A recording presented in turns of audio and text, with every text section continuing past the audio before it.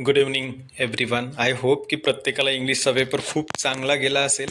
प्रत्येकाने आपला पेपर कसा आपण सोडवला, किती चांगला गेला, किती मी सांगितल्याप्रमाणे आलं होतं, माझा यूट्यूबचा जो काही सिलेबस तुम्ही अभ्यासला असेल तो उपयोगात पडला की नाही हे कमेंट करून कमेंट बॉक्समध्ये लिहायचं आहे प्रत्येकाने. आणि तुमचं कॉलेजचं नाव पण लिहायचं आहे.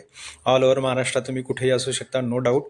परंतु तुमचा पेपर तुम्ही कशा प्रकारे लिहिला, माझ्या यूट्यूब चॅनलवर असलेल्या व्हिडिओजने तुम्हाला मदत झाली की नाही ते तुम्ही कमेंट बॉक्समध्ये कमेंट करायचं आहे. आणि आज झालेल्या पेपरचं फक्त व्होकॅब्युलरी आणि अनसीन पॅसेज याबद्दल मी तुम्हाला आत्ता सांगणार आहे, कारण बाकीचं जे थेरॉटिकल आहे सोल्युशन मी तुम्हाला उद्या किंवा परवा देणार.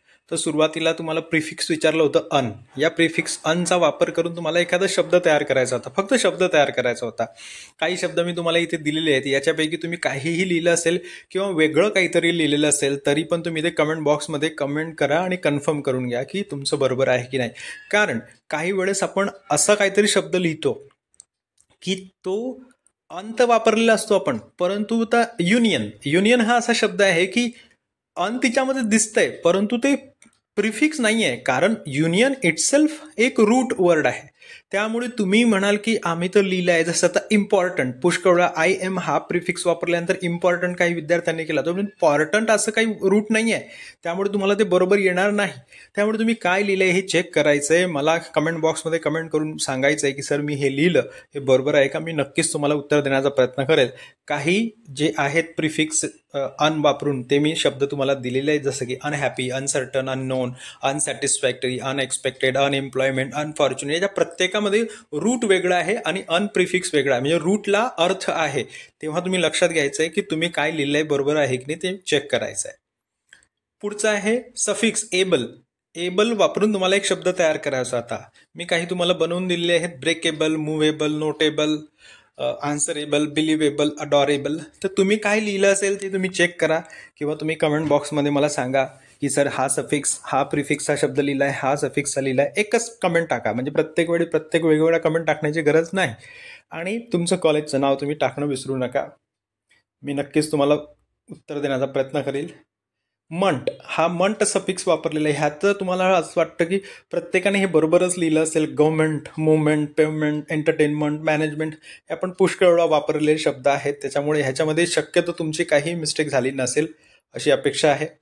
आता बघा, सिनॉनिम्स ऑफ इमेन्सली. इमेन्सली हे काय आहे, हे ॲडवर्ब आहे. म्हणजे काय, हे ॲडवर्ब, वर्बच्या पुढचं ॲडवर्ब आहे हे. तेव्हा तुम्ही एक लक्षात घ्यायचं की तुमचं उत्तर मोस्टली ॲडवर्बच असलं पाहिजे, जसं की too, too much, very, very much, extremely, greatly, hugely. त्याचा अर्थ होता की खूप मोठ्या प्रमाणात. इमेन्सलीचा अर्थ होतो खूप मोठ्या प्रमाणात.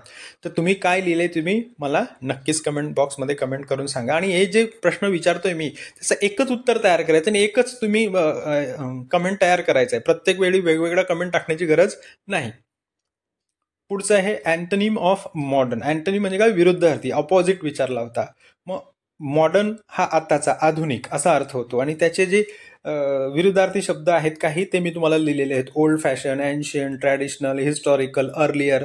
तर तुम्ही काय लिहिलंय ते बघा, कारण मॉडर्न हे ॲडजेक्टिव्ह आहे. त्यानुसार तुम्ही काय लिहिलं असेल ते तुम्ही कमेंट बॉक्समध्ये कमेंट करून सांगा. पुढचे तुम्हाला कलोकेशन विचारले होते, आणि कलोकेशनची माझी जी ट्रिक आहे ती जर तुम्ही वापरली असेल तरी तुम्हाला पैकीच्या पैकी मार्क्स मिळतील. नसेल वापरली, तुम्ही व्यवस्थित दुसरं काहीतरी वाक्य लिहिलं असेल तर वेल अँड गुड. जसं टेक अ ब्रेक, आपण ब्रेक घेणं. कम टू द पॉईंट म्हणजे काय, विषयानुसार बोलणं. आणि कीप अ सिक्रेट म्हणजे काय, एखादी गोष्ट लपवून ठेवणे. या तिघांचा अर्थ होतो आणि खूप सोपे होते, त्याच्यामुळे तुम्ही नक्कीच चांगले शब्द, चांगले वाक्य तयार केले असतील. I have taken a break of 10 days, मी असं काहीतरी तयार करेल. किंवा without wasting time I came to the point, किंवा I have kept a few secrets. तो तुम्ही काहीतरी लिहिलं असेल, ते जर ग्रामॅटिकली करेक्ट असेल आणि अर्थ लागत असेल आणि त्याच्यातनं हे समजत असेल की तुम्हाला त्या कलोकेशनचा अर्थ समजलेला आहे, तर तुम्हाला पैकीच्या पैकी मार्क्स मिळतील. किंवा तुम्ही जर माझी ट्रिक वापरली असेल, I take a break, I come to the point, I keep a secret, असं जरी लिहिलं असेल तरी चालेल. किंवा आणखी पुढची ट्रिक जर तुम्ही वापरली असेल, जशी मी आधीच्या व्हिडिओमध्ये सांगितली होती, take a break is a collocation, come to the point is a collocation, keep a secret is a collocation. पण हे शेवटी जेव्हा तुम्हाला काहीच येत नाही तेव्हा मी यायला सांगितलं होतं तुम्हाला ही ट्रिक, तेव्हा वापरायला सांगितली होती. तुम्ही काय ट्रिक वापरली ते तुम्ही कमेंट करायचं आहे. त्याच्यानंतर हा आहे होमोफोनशी रिलेटेड तुम्हाला प्रश्न विचारला होता. I do not know whether my dad will come or not. Whether आणि वेदर बघा, WEATHER या वेदरचा अर्थ होतो वातावरण, आणि WHETHER या वेदरचा अर्थ होतो इफ, जर किंवा येतील की नाही असं. तर आपण WHETHER हे वापरून ते वाक्य पुन्हा लिहायला हवं होतं, आणि तुम्ही जर मी सांगितल्याप्रमाणे, मी दाखवल्याप्रमाणे लिहिलं असेल तर तुम्हाला पूर्ण मार्क्स मिळतील. I do not know whether WHETHER my dad will come or not. पुढचं तुम्हाला विचारलं होतं homophone. Payment can be made by check or cash. CHECK, check म्हणजे काही गोष्ट चेक करणे, जसं आपण आपले पॉकेट चेक करतो वगैरे, परंतु तिथे CHECKच्या ऐवजी CHEQUE म्हणजे धनादेश आपण जो बँकेत देतो कोणाला तरी पैसे देण्यासाठी किंवा पैसे घेण्यासाठी, हा त्याचा अर्थ होतो चेकचा. तेव्हा तुम्ही लक्षात ठेवायचे की तुम्ही जर असं लिहिलं असेल विथ फुल स्टॉप तर तुम्हाला नक्कीच मार्क्स मिळतील. आता पुढचं आणखी विचारलं होतं एक homophone. We must try our best to cast away. CASTE या कास्टचा अर्थ होतो जात, आणि त्याच्याऐवजी तो ई नको होता तिथे. We must try our best to cast away our prejudices. Prejudices म्हणजे काय, एखाद्याविषयी असलेले आपले मत, मग चांगलंही असू शकतं किंवा वाईटही असू शकतं. मग आपण ती जे असे कोणाच्या विषयी जे काही मतं असतील आपली चांगली वाईट, त्याच्यापासून आपण दूर राहण्याचा प्रयत्न केला पाहिजे. कास्ट अवे म्हणजे काय, दूर राहणे असा त्याचा अर्थ होतो. आणि वरती जी कास्ट दिलेली आहे CAST, त्याचा अर्थ होतो जात. आता फनेमिक ट्रान्सक्रिप्शन माझा आवडतीचा जो एरिया आहे, तुम्ही जर लिहिलं असेल तर अशा प्रकार खूप सोपे प्रश्न आलेले होते, तुम्हाला मी करून दिलेलं आहे बघा. हे डिक्शनरीतनं बघून मी लिहिलेलं आहे ऑफकोर्स.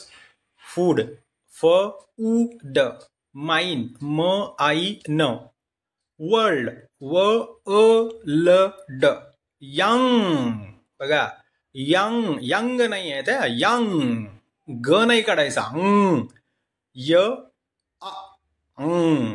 नंतर पार्टी, PATI, पार्टी. आता ज्या लोकांना खूप चांगला गेला असेल पेपर ते नक्कीच आज पार्टी करणार आहेत, काहीतरी वडापाव नाही तर काहीतरी पाणीपुरी सेवपुरी खाणार आहेत, माझ्यासाठी पण घेऊन यायची.